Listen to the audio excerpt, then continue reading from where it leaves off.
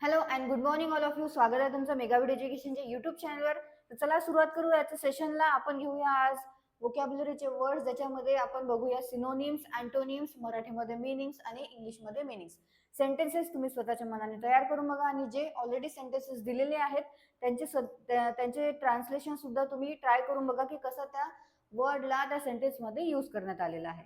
Okay, so start करूया session आजचं. So आजचा आपला फर्स्ट वर्ड जो आहे तो आहे eyes and knees. AYES, eyes and knees. eyes and knees हा एक ॲडजेक्टिव्ह आहे आणि त्याचा अर्थ काय होतो हिंदीमध्ये, तर हा और ना म्हणजेच काय, हो आणि नाही. मीनिंग बघूया इंग्लिशमध्ये काय आहे, ॲज इन येस और नो म्हणजेच हो आणि नाही. बाजूने किंवा विरोधात हे सुद्धा असू शकते त्याचं मीनिंग. त्याच्या बाजूने किंवा विरोधात, होकार किंवा नकार. तर आयस आणि नेसचं मीनिंग काय होतं, हो आणि नाही, होकार किंवा नकार आणि बाजूने किंवा विरोधात. सो मराठीमध्ये याचं मीनिंग काय होतं, हो आणि नाही, बाजूने आणि विरोधात, होकार आणि नकार.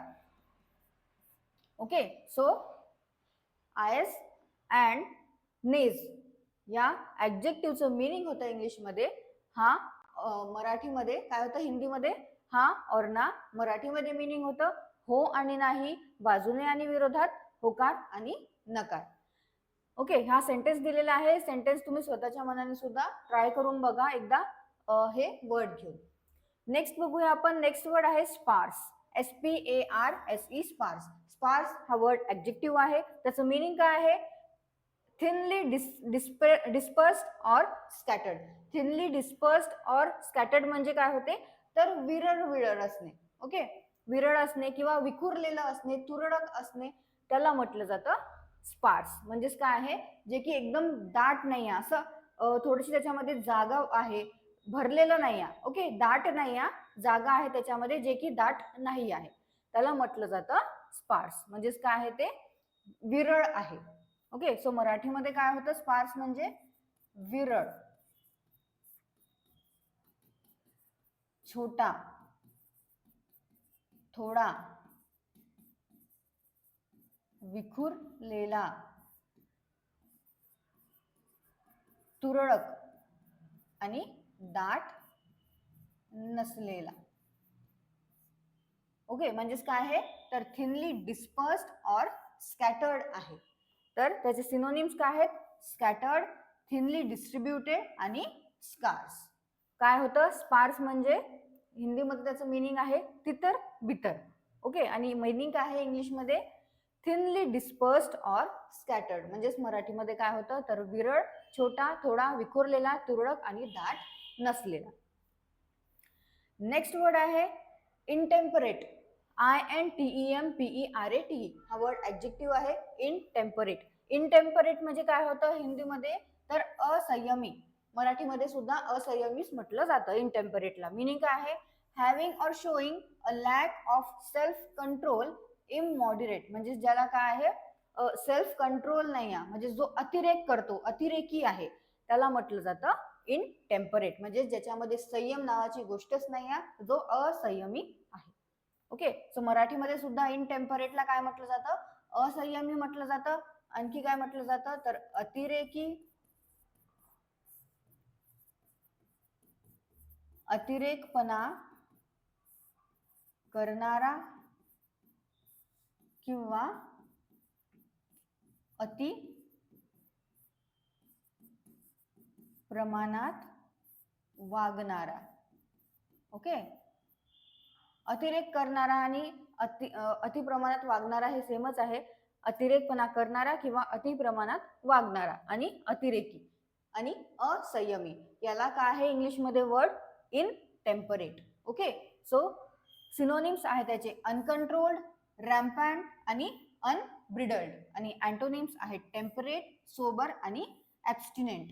ओके, सो सिनोनिम्स काय आहेत इनटेम्परेटचे, अनकंट्रोल्ड, रॅम्पॅन्ट आणि अनब्रिडल्ड. आणि अँटोनिम्स आहेत टेम्परेट, सोबर आणि ॲब्स्टिनंट. नेक्स्ट बघूया आपण. आणि मिनिंग काय होतं इंटेम्परेटचं? अतिरेकी, अतिरेकपणा करणारा किंवा अतिप्रमाणात वागणारा. नेक्स्ट वर्ड आहे wherewithal. WHERE, where, WITHAL, wherewithal. Wherewithal हा नाऊन आहे. ओके, आणि याचा हिंदीमध्ये काय मिनिंग होतं तर साधन. म्हणजेच काय आहे? The money or other means needed for a particular purpose. म्हणजेच मनी आहे, पैसा आहे किंवा दुसरं काही एखादी गोष्ट आहे जे आपल्याला पर्टिक्युलर एखाद्या गोष्टीसाठी पाहिजेच असतं. ओके, त्याला काय म्हटलं जातं? वेअर विथल. म्हणजेच काय आहे? ते साधन आपण त्याला म्हणू शकतो. साधन किंवा गरजेची सामग्री, आवश्यक गोष्ट, त्याला म्हटलं जातं वेअर विथल. मराठीमध्ये काय होतं मग वेअर विथल? म्हणजे गरजेची सामग्री. ओके, जसं आपल्याला आता एक्झाम द्यायला जायचं आहे. एक्झाम द्यायला जायचं आहे तर त्याच्याकरता आपल्याला काय नीड आहे? आपल्याकडे पेन असलं पाहिजे. जे पण काही तुम्हाला जर जसं टेन्थ किंवा 12th मध्ये जे एक्झाम्स देतात त्यांच्याकडे रुलर, त्यांची जे कंपास बॉक्स असतो ते पूर्ण असलेलं गरजेचं आहे. दुसऱ्यांचं घेऊ नाही शकत आपण, मागू नाही शकत, दुसऱ्याला डिस्टर्ब नाही करू शकत. तर ते काय आहे? आपल्यासाठी नीडेड आहे. त्या एक्झाम करता आपल्याला पाहिजेच आहे. मॅथ्सच्या एक्झाममध्ये जर जॉमेट्रीचा एक्झाम आहे त्याच्यामध्ये आपल्याला डी पाहिजे असतो, स्केल पाहिजे असतं. ते नीड आहे. ते काय आहे? आपल्यासाठी एक त्या एक्झाम देण्यासाठी एक साधन आहे. त्याला काय म्हटलं जातं? वेअर विथल असं म्हटलं जातं. म्हणजेच काय आहे? तर ती आवश्यक गोष्ट आहे त्या एक्झामला जाण्याकरता. ओके, सो मराठीमध्ये आणखी काय होतं याचं मिनिंग? पैसे. ओके, पैसे सुद्धा काय आहे? एक आवश्यक गोष्टच आहे, पाहिजेच आहे आजकालच्या जमान्यामध्ये. आणखी काय होतं? पुरवठा किंवा अपेक्षित गोष्ट किंवा आवश्यक गोष्ट, आवश्यक गोष्टी, मग ते कोणती पण असू शकते. ओके, सो वेअर विथल म्हणजे काय होतं? The money or other means needed for a particular purpose. Particular purpose करता, एखाद्या वेगळ्या कामा करता आपल्याला मनी किंवा काहीतरी वेगळी गोष्ट जी आहे जी की आवश्यक आहे ती असलीच पाहिजे, त्याला म्हटलं जातं वेअर विथल. म्हणजेच हिंदीमध्ये मिनिंग होतं साधन, मराठीमध्ये काय होतं? गरजेची सामग्री, पैसे, पुरवठा किंवा अपेक्षित गोष्ट आणि आवश्यक गोष्टी. सिनोनिम्स आहेत रिसोर्सेस, ॲसेट्स आणि मीन्स. नेक्स्ट वर्ड आहे बँकरोल्ड. बँकरोल्ड हा वर्ब आहे आणि याचं मिनिंग काय होतं? Support a person, organization or project financially. Okay, म्हणजेच काय आहे असणे? तर हेल्प करणे. कशाची हेल्प करणे? कशाने हेल्प करणे? तर फायनान्शियली हेल्प करणे, म्हणजेच पैशाने हेल्प करणे. त्याला काय म्हटलं जातं? बँकरोल्ड असं म्हटलं जातं. पैशाने हेल्प करणे याला एक काय वर्ड आहे? तर आर्थिक मदत करणे. ओके, कशा करता? सपोर्ट करणे, आर्थिक मदत करणे एखाद्या पर्सनला, एखाद्या ऑर्गनायझेशनला किंवा एखाद्या प्रोजेक्टला फायनान्शियली, त्याला म्हटलं जातं बँक रोल. ओके, सो हिंदीमध्ये काय मिनिंग होतं त्याचं? आर्थिक रूप से समर्थन करना, म्हणजेच आर्थिक रूपाने मदत करणे किंवा आर्थिक पाठिंबा देणे. सो मराठीमध्ये याचं मिनिंग होतं आर्थिक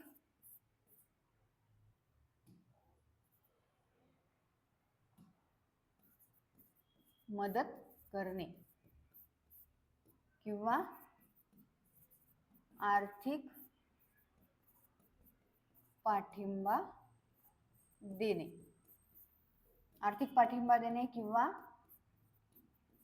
पैसे पुरवणे. आणखी काय म्हटलं जातं? निधी पुरवणे. ओके, एखादा प्रोजेक्ट आहे, जसं गव्हर्नमेंटचे प्रोजेक्ट्स असतात, सो त्या गव्हर्नमेंटच्या प्रोजेक्टला गव्हर्नमेंट काय करत असतो? निधी प्रोव्हाइड करत असतो. ओके, म्हणजेच काय करत असतो? बँक रोल करत असतो, म्हणजेच आर्थिक मदत करत असतो, म्हणजेच निधी पुरवत असतो. सो सिनोनिम्स आहेत finance, pay for or funded, आणि अँटोनिम्स आहेत डी फंडेड. काय आहे? बँक रोल म्हणजे त्याचे सिनोनिम्स आहेत फायनान्स, पे फॉर आणि फंडेड, आणि अँटोनिम्स आहेत डी फंडेड. आणि मिनिंग काय होतं? तर आर्थिक मदत करणे, निधी पुरवणे किंवा आर्थिक पाठिंबा देणे किंवा पैसे पुरवणे. नेक्स्ट वर्ड आहे बॉच, BOTCH, बॉच. बॉच हा वर्ब वर्ड आहे आणि त्याचं मिनिंग काय होतं, carry out a task badly or carelessly. म्हणजेच काय तर एखादे काम एकदम काय करणे, खराब करणे, बिघडवून देणे किंवा गचाळपणे करणे, त्याला म्हटलं जातं बॉच. ओके. किंवा एखादं काम आहे ते ओबडधोबड करणे, कसं पण करून चाललं जाणे, आपल्याला हे काम संपवायचंच आहे म्हणून ते कसंही करून देणे, ओबडधोबडपणे किंवा खराब रीतीने करणे, त्याला म्हटलं जातं बॉच. ओके. सो बॉच म्हणजे हिंदीमध्ये काय होतं, ढिलाईचे काम करणं, आणि मराठीमध्ये काय होतं, गचाळपणे काम करणे किंवा ओबड धोबड काम करणे. आणखी इकडे लिहून देते. ओके. एखादे काम बिघडवणे,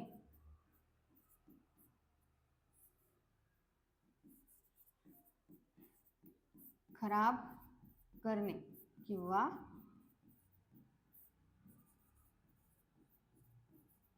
चुकीच्या पद्धतीने करणे. ओके.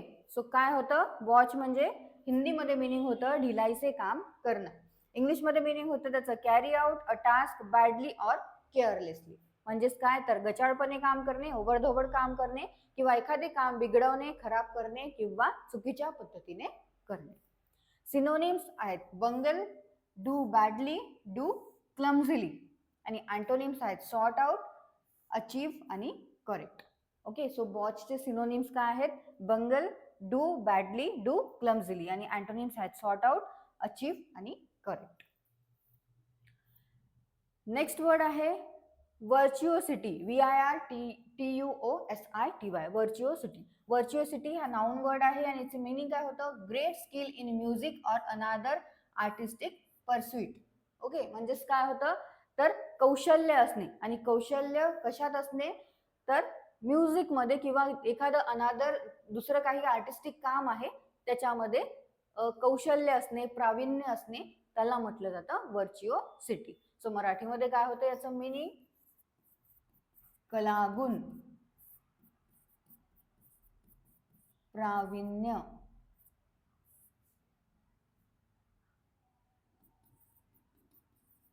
कौशल्य आणि सद्गुण. ओके. सो व्हर्च्युओसिटीचं मीनिंग होतं great skill in music or अनादर आर्टिस्टिक परस्यूट. म्हणजेच काय असणे मराठीमध्ये, कलागुण असणे, प्रावीण्य असणे, कौशल्य असणे आणि सद्गुण असणे. स्पेशली कशामध्ये तर म्युझिकमध्ये किंवा अदर काही त्याच्याकडे जे आर्टिस्टिक स्किल्स आहे त्याच्यामध्ये. हिंदीमध्ये मीनिंग होतं कला, प्रवीण. ओके. सिनोनिम्स आहेत मास्टरी, एक्सपर्टाइज आणि प्रोफिशियन्सी, आणि अँटोनिम्स आहेत इनकॉम्पिटन्सी आणि अनफॅमिलिअरिटी. ओके. सो सिनोनिम्स आहेत व्हर्च्युओसिटीचे मास्टरी, एक्सपर्टाइज आणि प्रोफिशियन्सी, आणि अँटोनिम्स आहेत इनकॉम्पिटन्सी आणि अनफॅमिलिअरिटी. नेक्स्ट बघूया. नेक्स्ट वर्ड आहे स्ट्रॅटिफिकेशन. स्ट्रॅटिफिकेशन नाउन वर्ड आहे आणि याचं मीनिंग काय होतं, the arrangement or classification of something into different groups. म्हणजेच काय करणे तर वर्गीकरण करणे. एखादी काही वस्तू असले, जसं आपण काय करत असतो, आपल्याकडे काही सामान आणले तर जसं आपण डीमार्टमध्ये गेलो, आपण तिथनं काय काय सामान आणत असतो, आपले फेस केअर, स्किन केअर आणत असतो. स्किन केअर, आणखी भाजीपाला नाही आणत म्हणा, सॉरी, ग्रोसरीज आणत असतो आपण. ओके. बुक्स आणत असतो, कधी कधी पेन्स वगैरे. सो याचं काय करायचं, आपल्याला वर्गीकरण करायचं. तर काय करू आपण, किचन मधलं सामान आपण ग्रोसरी वेगळी करू, जे वॉशरूम्स मधले, बाथरूम्स मधलं सामान आहे, स्किन केअर आहे, फेस वॉश, साबण वगैरे, हे आपण वेगळं करू. आणखी जे आपल्याला स्टडी करता पाहिजे आहे, बुक्स, पेन्स वगैरे, ते आपण वेगळं करू. म्हणजेच काय करताय आपण, ते वर्गीकरण करताय, वेगळं वेगळं करताय त्यांना. सो त्याला काय म्हटलं जातं, स्ट्रॅटिफिकेशन असं म्हटलं जातं. म्हणजेच काय करणे, वर्गीकरण करणे किंवा श्रेणीबद्ध करणे किंवा विभाजने. ओके. सो त्याला म्हटलं जातं स्ट्रॅटिफिकेशन. मराठीमध्ये काय होतं मग याचं मीनिंग, थरारूप, श्रेणीबद्धता, वर्गीकरण, थरांची रचना आणि स्तरीकरण. जसं की हिस्ट्रीमध्ये तुम्ही वाचलं असेल, हिस्ट्रीमध्ये तुम्हाला कधी येत असतात असे क्वेश्चन्स की हा विषय हे जे झालेला आहे, हा युद्ध कधी झालेला आहे हे दिलेले आहे. समजा तुम्हाला हे युद्ध कधी घडलेलं आहे किंवा ही जी परिस्थिती आहे कधी झालेली आहे, याचं तुम्ही क्लासिफिकेशन करा, वर्गीकरण करा. मग आपण काय करत असतो की आधी काय झालेलं आहे ते ठेवतो, त्याच्यानंतर काय झालेलं आहे ते आपण सेकंड नंबरवर ठेवतो आणि त्याच्यानंतर काय झालेलं आहे असं थर्ड नंबरवर ठेवत असतो. म्हणजेच काय करत आहे आपण, ते क्लासिफिकेशन करत आहे. म्हणजेच काय करताय, स्तरीकरण करताय किंवा जे जे जे काही इव्हेंट्स झालेले आहे फर्स्ट टू लास्ट ते आपण फर्स्ट टू लास्ट ठेवत आहे. फर्स्ट जे झालेलं आहे ते, सेकंड जे झालेलं आहे ते, थर्ड जे झालेलं आहे ते. म्हणजेच काय करताय आपण, त्याचं क्लासिफिकेशन करत आहे. सो सिनोनिम्स काय होतं, स्ट्रॅटिफिकेशन म्हणजे कॅटेगरायझेशन, कॅटेगरायझिंग आणि क्लासिफाईंग. ओके. सो स्ट्रॅटिफिकेशन म्हणजे होतं थरारूप, श्रेणीबद्धता, वर्गीकरण, थरांची रचना आणि स्तरीकरण. मीनिंग आहे त्याचं द अरेंजमेंट और classification of something into different groups, वेगवेगळ्या ग्रुप्स करणे. जसं मी तुम्हाला फर्स्ट एक्झाम्पल दिलं होतं डीमार्टचं, तर काय आहे ते वेगळे वेगळे ग्रुप्स करणे म्हणजे क्लासिफाय करणे. सिनोनिम्स आहेत कॅटेगरायझेशन. सो नेक्स्ट बघूया, नेक्स्ट वर्ड आहे थॉ, THAW, थॉ. थॉ हा वर्ब आहे आणि याचं मीनिंग काय होतं, of ice, snow or another frozen substance such as food become liquid or soft as a result of warming. Okay. So म्हणजेच काय होतं, हिंदीमध्ये मिनिंग होतं त्याचं पिघलणं. आता जसं फ्रीजरमध्ये आईस आहे, आईस क्यूब आहे, तो आईस क्यूब आपण जर बाहेर काढून ठेवला तर तो काय होईल, तो विरघळून जाईल, पूर्ण त्याचं पाणी होऊन जाईल. म्हणजे जे सॉलिडिफाय होतं ते लिक्विडिफाय होऊन जाईल. त्याला काय म्हटलं जातं, थॉ असं म्हटलं जातं. किंवा एखादं फ्रोझन आहे, काही फ्रोझन फूड आहे, जर समजा आपण एखादा केक आणला किंवा एखादी पेस्ट्री आणली, ते जर आपण फ्रीजरमध्ये ठेवलं आणि नंतर आपण बाहेर काढून ठेवलं तर काय होईल, त्याचं नरम पडून जाणार ते. त्याला म्हटलं जातं थॉ. एकतर नरम पडणे, एखादी फूड आहे, काही अन्न आहे, ते नरम पडणे किंवा विरघळून जाणे, त्याला म्हटलं जातं थॉ. मराठीमध्ये काय होतं मग याचं मीनिंग, विरघळणे, गरम होणे, वितळणे आणि नरम होणे. सो थॉ म्हणजे होतं, त्याचं मीनिंग आहे of ice, snow or another frozen substance such as food, काय होणे, becomes liquid or soft as a result of warming.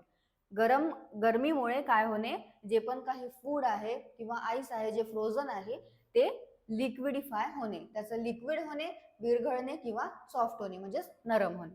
मराठीमध्ये मीनिंग होतं विरघळणे, गरम होणे, वितळणे आणि नरम होणे.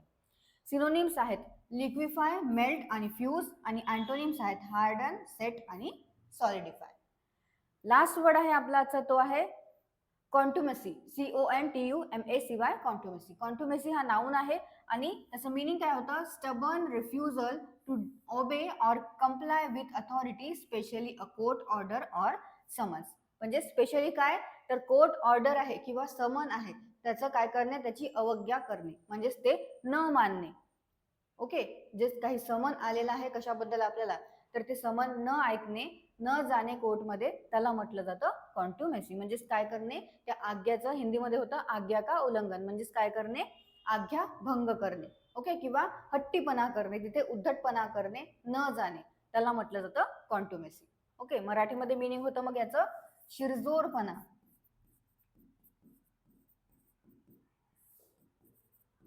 हट्टीपणा किंवा अवज्ञा आणि दुराग्रह. आणखी काय म्हटलं जातं, आज्ञाभंग